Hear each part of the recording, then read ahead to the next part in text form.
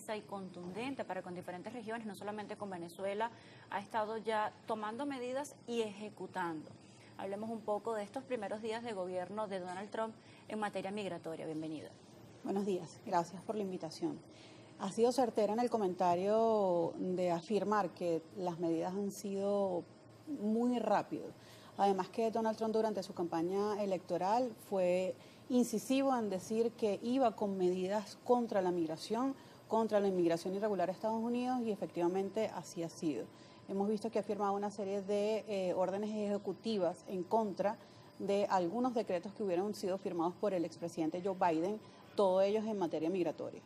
¿Esto tiene que ver con un asunto interno de contradecir lo que ha hecho Joe Biden o tiene que ver con lo que él quiere para el futuro de ese país? ¿Cómo se maneja esto en la forma interna de los Estados Unidos? En el orden interno y en la soberanía de cualquier país, pues el presidente tiene una visión hacia dónde debería ir y sabemos que inclusive en la primera vuelta del presidente Donald Trump, cuando fue expresidente en aquel entonces, digamos que una de sus ambiciones principales era detener la migración hasta Estados Unidos, sabiendo inclusive que este es un país que ha sido formado por migrantes, pero para los ojos del nuevo presidente de Estados Unidos no era esta una visión, digamos que propicia o próspera para el avance de esa nación.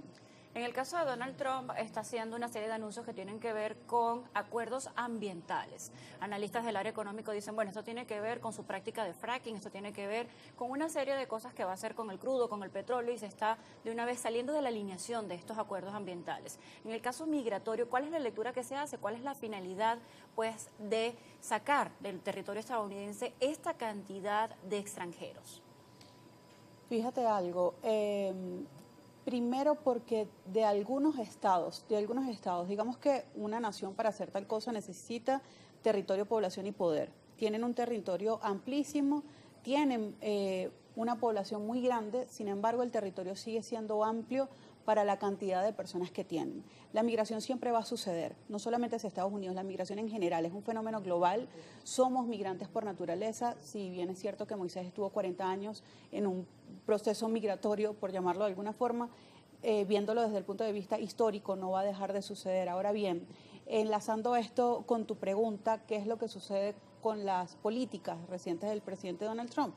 De salirse de algunos acuerdos y tratados internacionales, incluso dentro del área migratoria, capaz resquebrajar algunos acuerdos internacionales y de hecho de orden interno, porque con el tema del ius solis, que es la nacionalidad por nacimiento, negarle la nacionalidad a algunas personas que hayan nacido dentro del territorio americano va en contra de la enmienda número 14 de la Constitución de ese país.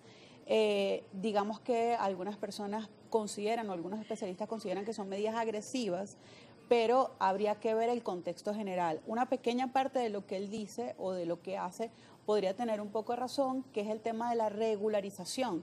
Sin embargo, la política, cuando se mira desde el macro, no se ve de esta forma. Las deportaciones masivas, las redadas migratorias que hacen que un ciudadano sienta temor inclusive de su propia vida porque no sabe qué pudiera ocurrir, si ciertamente podrían mirarse de esa forma. Hablas de la palabra agresiva para describir un poco la ejecución de estas medidas migratorias. También hubo un impasse entre el gobierno de Colombia y Estados Unidos por el hecho de tener migrantes esposados. Hablaba el gobierno de Colombia que no era necesario. Pero, ¿cómo se hace en este caso cuando en estas redadas, como se dice en el argot venezolano, pagan justos por pecadores? ¿Qué pasa en este caso cuando no todos tienen antecedentes penales, no todos han cometido un delito, pero están siendo tratados por igual como que hubiesen cometido un delito más allá de haber entrado de forma irregular a ese país? El tema de ser esposados, tratados todos por igual. Ciertamente el momento es incómodo y ya hemos visto en reportes de los últimos días, cada día han sido detenidas hasta 1.000 personas, un poco más de 1.000 personas, todos tratados de la misma forma y coloquialmente metidos por el mismo tubo. Y luego, aunque los suelten o les sea dada la libertad, porque no están en un ilícito, no están en incumplimiento de ley, están regularizados incluso si su protección es temporal, es el mal momento que hacen que estas personas pasen en estas situaciones, en estas circunstancias, generando un temor en la población migratoria. Pongo como referencia lo que sucedió en un partido de fútbol en Ecuador, donde hicieron una redada migratoria en un partido de fútbol, sabiendo que la mayoría de presentes eran venezolanos. Es la misma circunstancia. ¿Cómo voy a causar temor en una población que de hecho es una población con una debilidad y por eso están en ese país, porque han buscado la mejor forma de vivir para su propia percepción? Pero existe un fenómeno no solamente de migrantes venezolanos que aún continúan intentando ingresar a los Estados Unidos, habitantes de Centroamérica, mexicanos, a pesar de que hay una política que ya se está ejecutando, que es agresiva y que es rápida y que ya los ha puesto en diferentes vuelos a diferentes regiones del mundo, aún continúa esta migración, estas personas que intentan ingresar a los Estados Unidos. ¿Cómo se hace esta lectura de este ciclo de que mientras unos son deportados, otros, a pesar de ver el panorama, siguen intentando entrar a esa nación? Fíjate, la decisión migratoria es personalísima. Hay un estudio de Daniel Kahneman, que él es un psicólogo, ganó un premio Nobel porque él estudiaba la forma en la que el cerebro toma decisiones en escenarios de incertidumbre. Solamente nos quedamos con la lectura de las letras pequeñas. Aquel que ha podido pasar por la frontera sur, habiendo intentado entrar de forma irregular, incluso cuando existía el CBP-1, que recientemente fue también levantada esa medida de ayuda o de regularización migratoria, no importa lo que suceda, como ya dije hace unos minutos, la migración no se va a detener, no solamente de los venezolanos, la migración en general no se va a detener porque es un fenómeno natural y global. ¿Qué pasa? Por ejemplo, el tapón de Darién existe ahora a la visión de los venezolanos porque ahora es utilizado por los venezolanos los últimos 2, 3, 4 años. Siempre ha sido usado. Sin embargo, por hace más de 50 años, correcto, latinoamericanos y centroamericanos han utilizado esa vía irregular para entrar al norte del continente. No importa lo que suceda, siempre la han utilizado. La frontera norte y sur de Estados Unidos nunca estuvo abierta, no ha estado abierta y no va a estar abierta a la migración. Esto es una realidad de todas las presidencias o de todos los presidentes de Estados Unidos y no ha detenido la migración. Puede ser que la percepción de tener una mejor calidad de vida y no importa el costo, además que si estoy en un escenario de incertidumbre me quedo apenas con la última línea del discurso, voy a creerlo y referencialmente por lo que me dicen otras personas, mi vía va a ser quedarme e intentarlo. Pero vemos que en este periodo presidencial de Donald Trump, capaz que eso sea, cuando no difícil, imposible, diría yo. ¿Qué decirle a estas familias venezolanas que están viendo esta serie de anuncios a través de titulares, a través de los medios de comunicación y dicen, bueno, van a ser revisados los casos de los venezolanos que han pedido asilo, se suspende la medida TPS, se anuncia la medida, pero esto lleva una serie de detalles ya cuando se haga la revisión caso por caso? Pero ¿qué decirle a los familiares de esos venezolanos que están en incertidumbre y que tengan tranquilidad con respecto a cómo se desarrollan estos procesos legalmente ya una vez en la práctica? Es complejo decirles que tengan tranquilidad. Es complejo decirle inclusive al que está esperando en la frontera sur entrar a Estados Unidos que tenga tranquilidad, porque vive en un escenario de incertidumbre en el aquí y en el ahora. Lo que sí es cierto es que las medidas que ha tomado el presidente Donald Trump no son definitivas. ¿Y por qué digo que no son definitivas? Vimos la suspensión por una orden ejecutiva del ius soli, que es el tema de obtener la nacionalidad por nacimiento. Y un juez federal revocó esta medida. No es la primera vez que el presidente Donald Trump intenta detener la institución del TPS, que es un alivio migratorio que data desde el año 96, impuesto por el expresidente George Bush. ¿Qué es lo que pasa? Que de ahora en más van a haber organizaciones pro migración que van a intentar actuaciones judiciales. Recordemos que el sistema americano está creado y diseñado para las demandas. Es un sistema pro demandas. Seguramente esto es lo que va a suceder y veremos a continuación cómo se desarrollarán los hechos. ¿Qué les diría para puntualizar?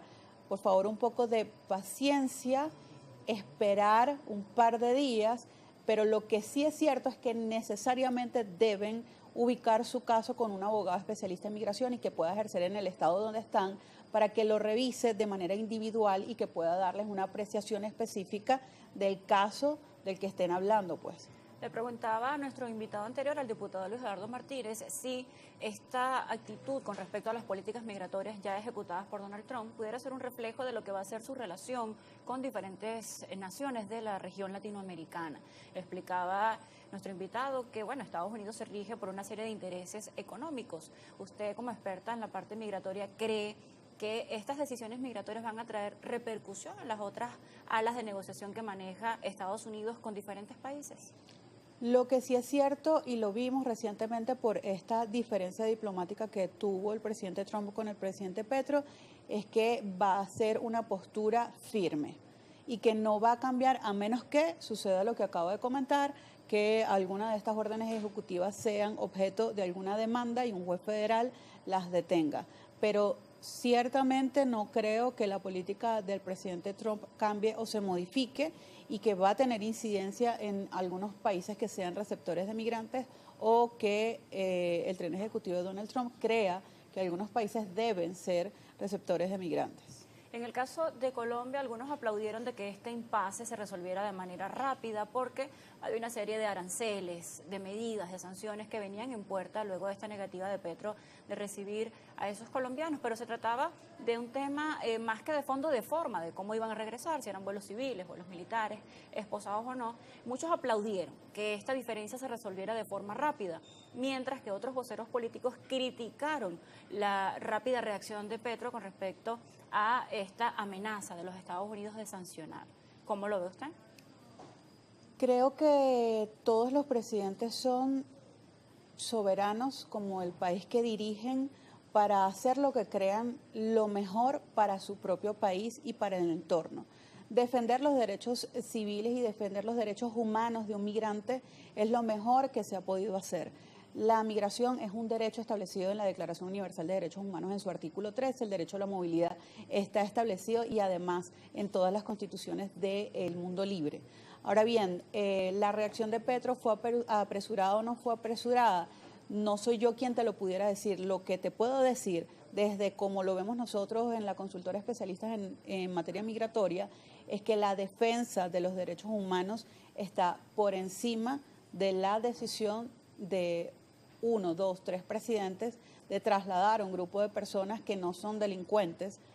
Ojo, que no son delincuentes cuando se haya comprobado de una forma que menoscaba, digamos, la emocionalidad y el espacio personal de estas personas que están siendo trasladadas de esa forma. Llegan como reos cuando realmente no lo son. Debemos hacer una pausa, doctora Montoya. A la vuelta seguiremos hablando de la repercusión de estas medidas migratorias.